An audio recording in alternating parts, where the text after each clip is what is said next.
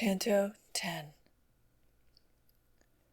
Now onward goes, along a narrow path between the torments and the city wall, my master, and I follow at his back.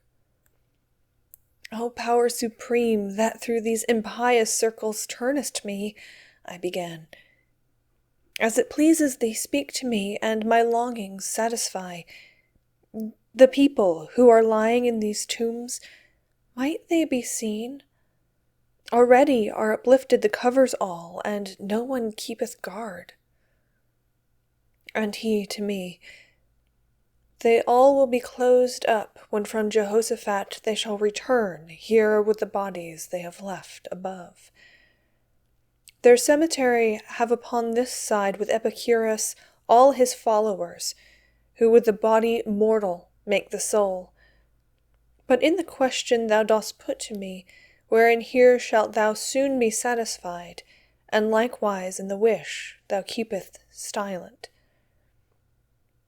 And I, good leader, I but keep concealed from thee my heart, that I may speak the less, nor only now hast thou thereto disposed me. O Tuscan, thou who through the city of fire goest alive, thus speaking modestly, be pleased to stay thy footsteps in this place. Thy mode of speaking makes thee manifest a native of that noble fatherland, to which perhaps I too molestful was. Upon a sudden issued forth this sound from out one of the tombs, wherefore I pressed, fearing, a little nearer to my leader. And unto me he said, Turn thee, what dost thou? Behold there Farinata, who has risen, from the waist upwards wholly shalt thou see him. I had already fixed mine eyes on his, and he uprose erect with breast and front e'en as if hell he had in great despite.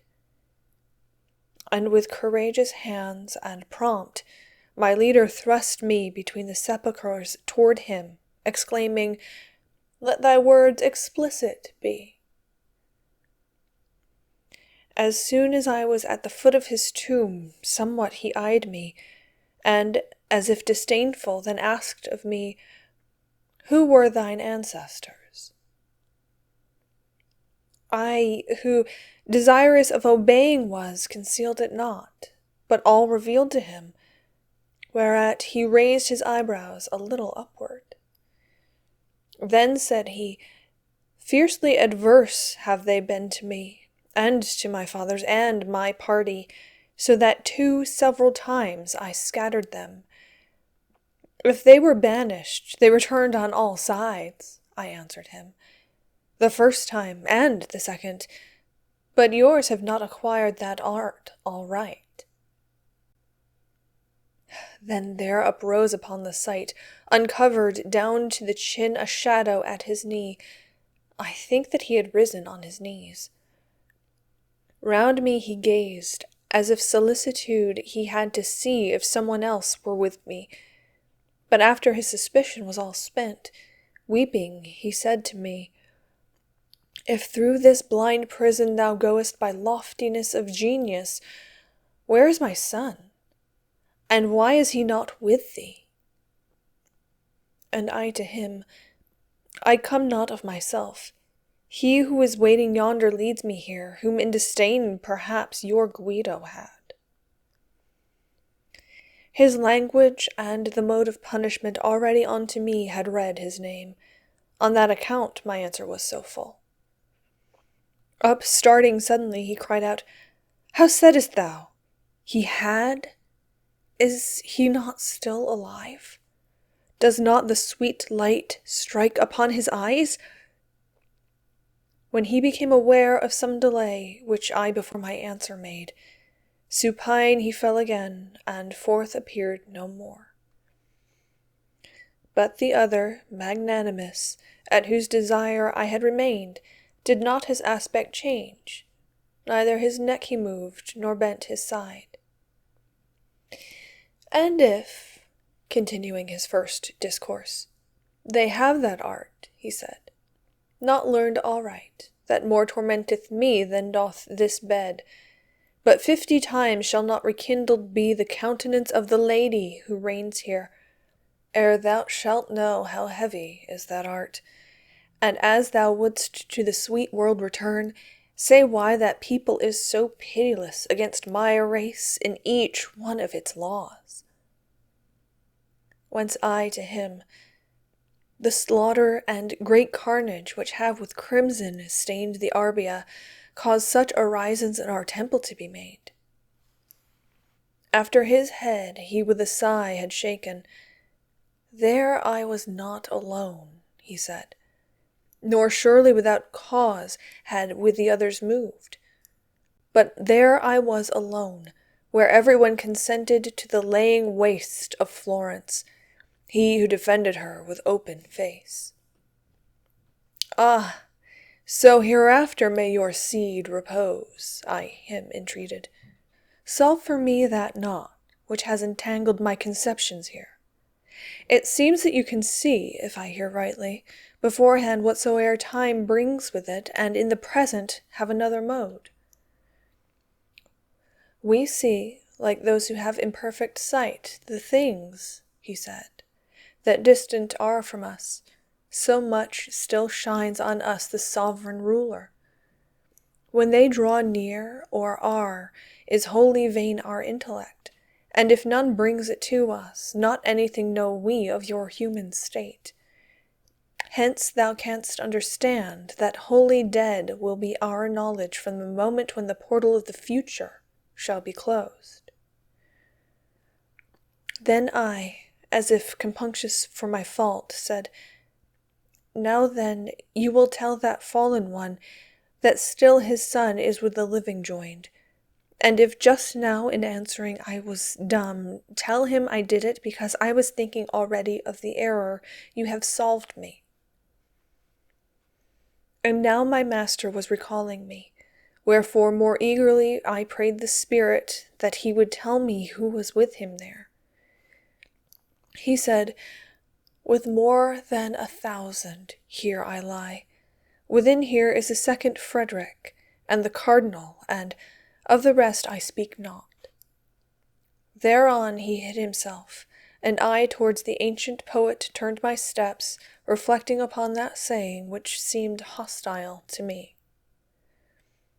He moved along, and afterward thus going, he said to me, Why art thou so bewildered? And I in his inquiry satisfied him. Let memory preserve what thou hast heard against thyself, that sage commanded me. And now attend here. And he raised his finger.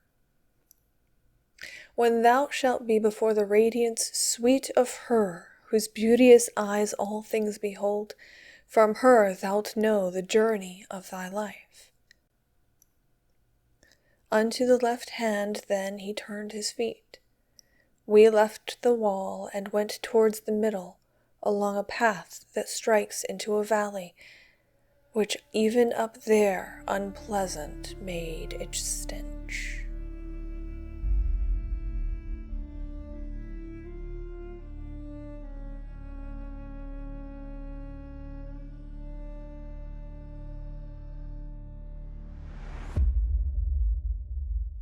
Canto 11.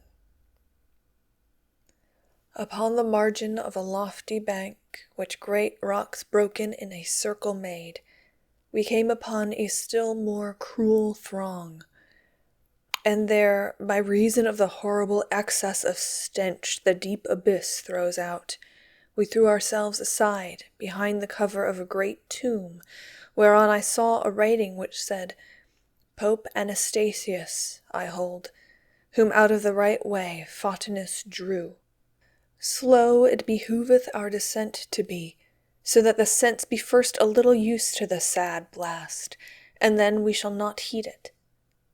The master thus, and unto him I said, Some compensation find, that time pass not idly.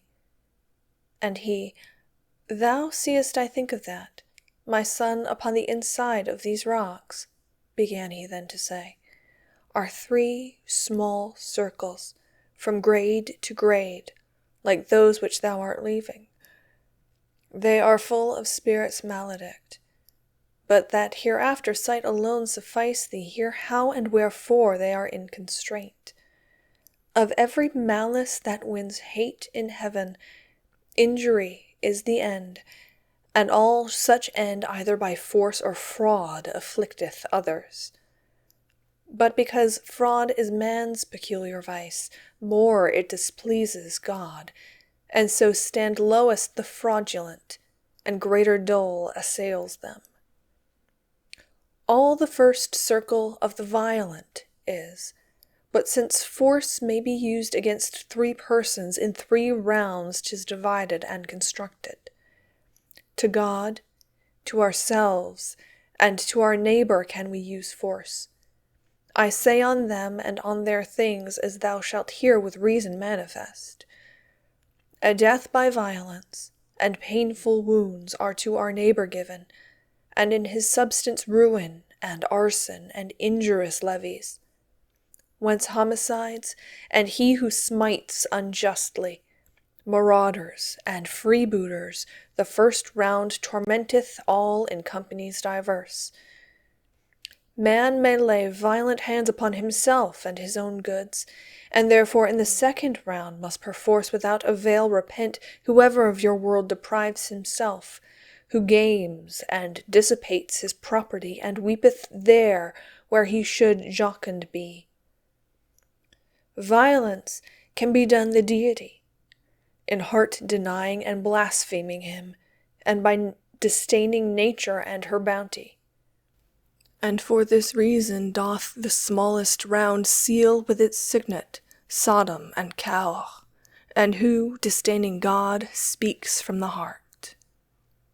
Fraud, wherewithal is every conscience stung, a man may practice upon him who trusts, and him who doth no confidence emburse. This latter mode, it would appear, dissevers only the bond of love which nature makes, wherefore within the second circle nestle hypocrisy, flattery, and who deals in magic, falsification, theft, simony, panderers, and barrators, and the like filth. By the other mode, forgotten is that love which nature makes, and what is after added, from which there is a special faith engendered. Hence, in this smallest circle, where the point is of the universe upon which dis is seated, whoe'er betrays forever is consumed. And I, my master, clear enough proceeds thy reasoning, and full well distinguishes this cavern and the people who possess it. But tell me, those within the fat lagoon, whom the wind drives and whom the rain doth beat, and who encounter with such bitter tongues, wherefore are they inside of the Red City not punished, if God has them in his wrath? And if he has not, wherefore in such fashion? And unto me he said, Why wanders so thine intellect from that which it is wont, or sooth thy mind where it is elsewhere looking? Hast thou no recollection of those words with which thine ethics thoroughly discusses the dispositions 3, that heaven abides not, incontinence, and malice, and insane bestiality? And how incontinence less God offendeth, and less blame attracts? If thou regardest this conclusion well, and to thy mind recallest who they are that up outside are undergoing penance, clearly wilt thou perceive why from these felons they separated are, and why less wroth justice divine doth smite them with its hammer. O sun, that healeth all distempered vision, thou dost content me so, when thou revolvest, that doubting pleases me no less than knowing. Once more a little backward turn thee, said I. There where thou sayest that usury offends goodness divine, and disengage the knot. Philosophy, he said, to him who heeds it, noteth not only in one place alone, after what manner nature takes her course from intellect divine and from its art, And if thy physics carefully thou notest, after not many pages shalt thou find that this your art as far as possible follows, as the disciple doth the master, so that your art is, as it were, God's grandchild. From these two, if thou bringest to thy mind Genesis at the beginning, it behooves mankind to gain their life and to advance. And since the usurer takes another way, nature herself and in her follower disdains he, for elsewhere he puts his hope. But follow, now, as I would fain go on, for quivering are the fishes on the horizon, and the wane wholly over Carus lies, and far beyond there we descend the crag.